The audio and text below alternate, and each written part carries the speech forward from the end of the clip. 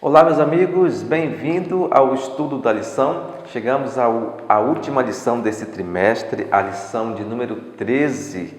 E o nosso tema desta semana, Israel no Egito.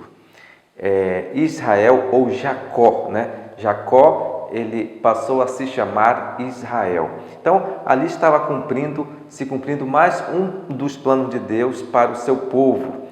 O chamado inicial foi para Abraão. Abraão saiu de Ur dos Caldeus e o propósito de Deus era que o seu povo ele se estabelecesse na terra prometida.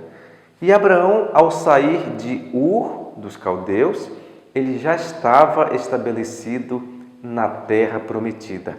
E ali nasceu Isaque, o filho da promessa, e de Isaque veio o próximo filho da promessa, que seria Jacó, que mais tarde se tornou Israel. Agora acontece uma reviravolta no percurso, nos planos de Deus para o seu povo.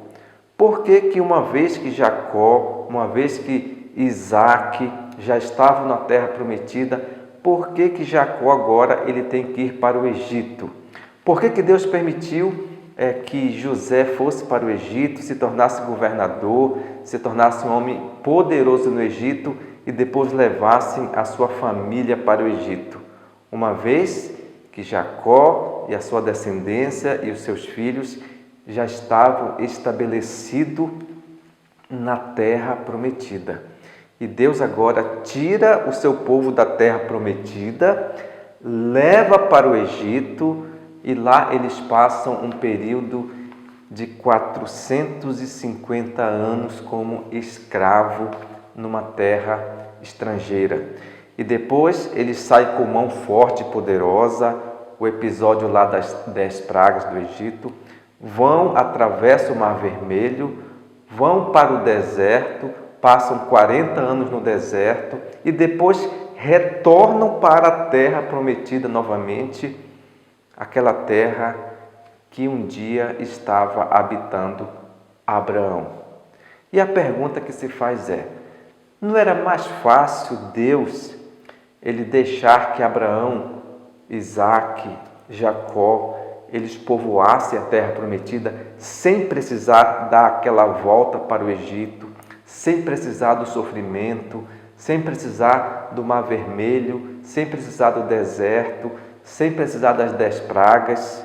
Não era mais fácil o povo de Deus já ir tomando posse no lugar onde Abraão já estava estabelecido? Amados, os planos de Deus não são os nossos planos.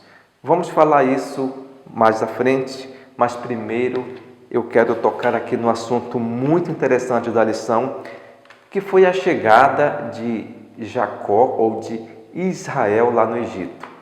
Por fim, Jacó chega no Egito, se encontra com José, reconhece o seu filho e ali há uma grande comoção, um grande encontro de um pai que já dava por perdido um filho que ele tanto amava, e ali houve, quem sabe, um momento muito emocionante na família de Jacó ou Israel. E ali Israel ou Jacó, ele começa a abençoar os seus filhos, porque na verdade ele já estava vivendo os seus últimos dias. E a bênção foi para cada um. A bênção Deus deu para os seus 12 filhos. Só que houve ali alguns detalhes nessa bênção que Jacó estava distribuindo aos seus filhos. Houve 2 detalhes interessantes. O primeiro detalhe interessante é que ele abençoou 2 netos. Ele abençoou os 2 filhos de José. E não abençoou os demais netos que ele já tinha, mas ele abençoou os 2 filhos de José, que eram Manassés e Efraim. Manassés era o mais velho e Efraim era o mais novo. Só que quando ele foi abençoar Manassés, ele trocou os seus braços. Em vez de ele colocar a sua mão direita, a sua mão, a mão direita, quando eles estavam proferindo uma bênção, era a mão da bênção maior. E a mão esquerda era a mão da bênção secundária, da segunda bênção, não era a maior bênção. Então aquilo era uma tradição, aquilo vinha de Deus, era uma forma como eles abençoavam os seus filhos. E algo interessante aconteceu naquele momento. Por quê? Porque ao invés de ele abençoar o mais velho, Manassés, ele abençoou Efraim como se fosse o primogênito, como se fosse o dono da bênção maior. José tentou interferir, tentou trocar as mãos do velho Jacó, do velho Israel. Ele já não enxergava mais, ele já não poderia discernir quem era Manassés e quem era Efraim. Mas o Espírito Santo, Deus tocou, Deus apareceu para ele de alguma forma. Naquele momento ele estava discernindo quem era Manassés e quem era Efraim, porque a bênção de Manassés foi passado para Efraim.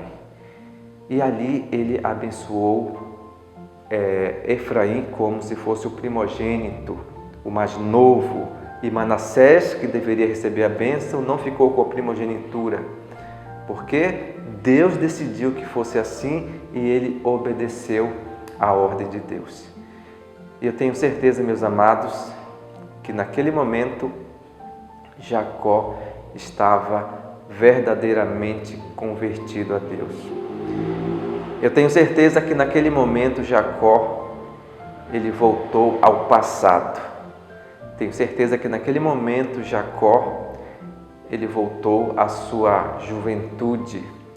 Naquele momento em que ele se apressou em não permitir que Deus agisse dando a primogenitura para ele.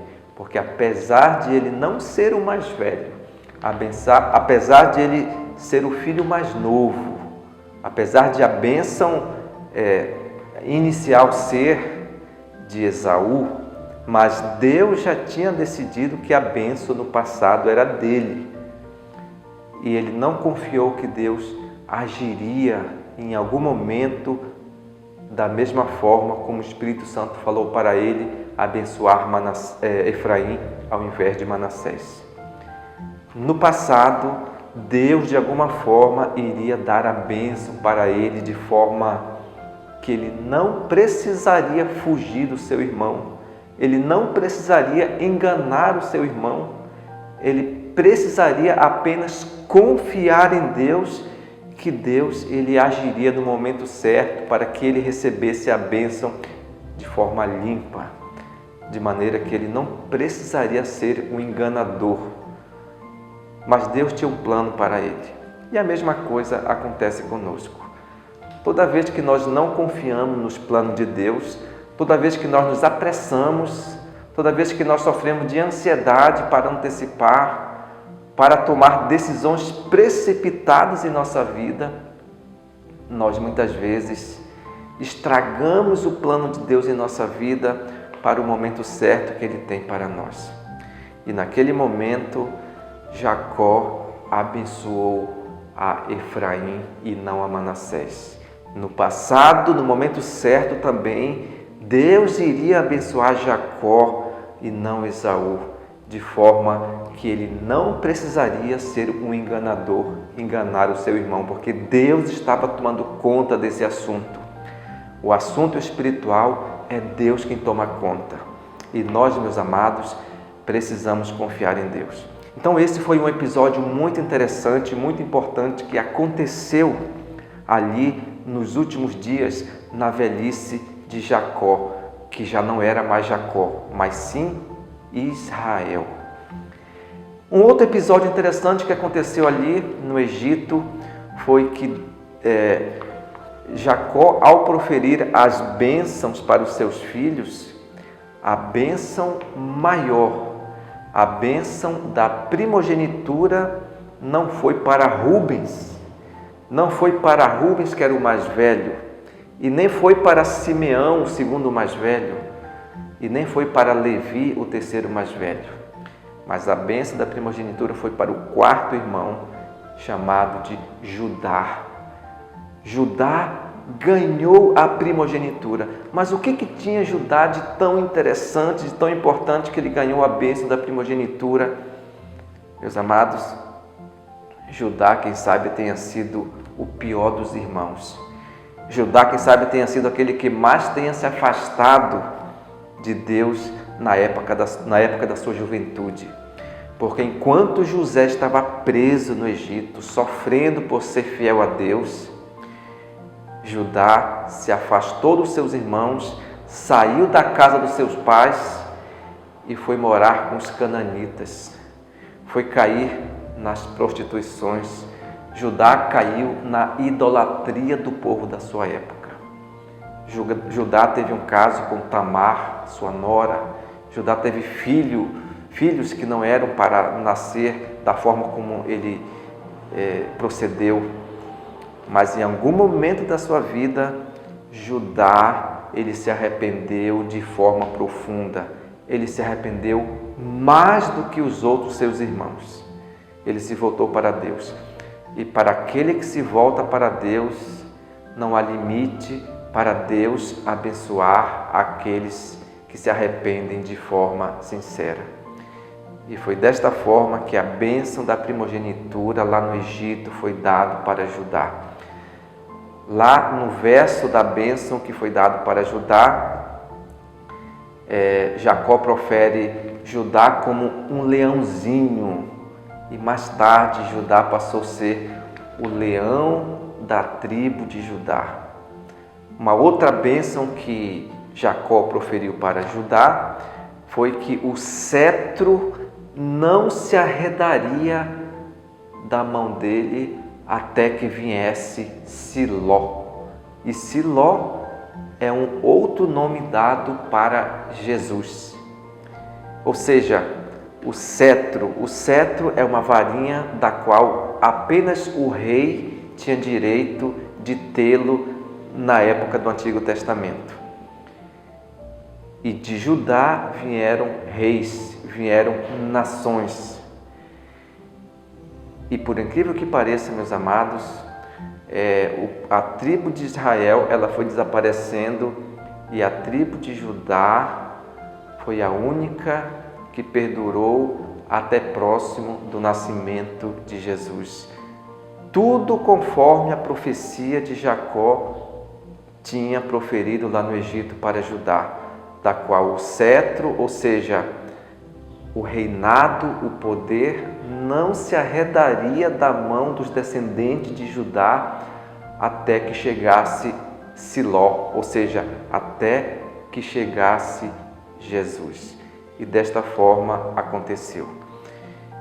Meus amados, quando Deus ama uma pessoa, quando Deus ele profere a bênção para alguém, é porque Deus ele viu a sinceridade, ele viu a retidão do coração naquela pessoa. E não há limite para Deus abençoar alguém que se arrepende de forma sincera. E foi por isso que da descendência de Judá vieram pessoas muito importantes, vieram pessoas como, por exemplo, Caleb, vieram pessoas como, por exemplo, o rei Davi, rei Salomão e tantos outros, até chegar o próprio Jesus. Jesus, ele veio da descendência de Judá, porque foi ele que recebeu a bênção da primogenitura. E a partir daquele momento, meus amados, depois que Jacó ele abençoou seus filhos, não demorou muito, ele morreu, o povo foi escravizado e mais tarde o povo ele saiu depois de muitos anos do Egito, foi em direção ao deserto, atravessou o Mar Vermelho, passou 40 anos no deserto, só então entrou na terra prometida. E a pergunta continua: por que que Deus permitiu que o povo desse uma volta tão grande? Por que que Deus permitiu que os descendentes de Abraão, que já estavam ali na terra prometida, Isaac, Jacó, Abraão, já estavam estabelecidos, por que que Deus permitiu que eles fossem para o Egito, sofressem, fossem escravos, passassem pelo Mar Vermelho, pelo Rio Jordão, passassem pelo deserto 40 anos e depois voltassem de novo para o lugar que já estava estabelecido Abraão, Isaac e Jacó? Sabe por quê, meus amados? Era porque Deus, ele tinha que moldar o seu povo. Deus, ele tinha que moldar o caráter dos seus filhos para que eles pudessem ser o sal da terra e a luz do mundo. E muitas vezes hoje, o plano de Deus, ele só se concretiza na vida dos seus filhos aqui na terra depois que nós passamos pela escravidão do Egito, depois que nós passamos pelo Mar Vermelho pela fé, depois que nós passamos pelos desertos da vida, depois que nós passamos pela falta de comida, pela falta de alimento, pela falta de água. É com sofrimento que o nosso caráter é moldado e só então estamos aptos a cumprir o plano de Deus e a sua missão aqui na terra e então adentrar a terra prometida. E era isso que estava faltando com os filhos de Deus, era isso que estava faltando com os descendentes, com os 12 filhos de Jacó, que ainda não estavam 100% com o seu caráter moldado. E Deus precisaria moldá-lo. O Egito foi o lugar que Deus preparou muitos deles como escravo. O deserto, 40 anos no deserto, foi o lugar que Deus preparou seus filhos para entrar na terra prometida. E só então eles começaram a cumprir o plano de Deus aqui na terra, sendo o sal da terra e a luz do mundo. Meus amados, esse foi o nosso estudo da lição desse trimestre que falou sobre o livro de Gênesis. E dessa forma acabamos o livro de Gênesis. E na semana que vem nós adentraremos a um novo trimestre, a uma nova lição. E esse foi o nosso estudo de hoje. E eu aguardo você até a semana que vem com o nosso próximo estudo. Um grande abraço. Tchau.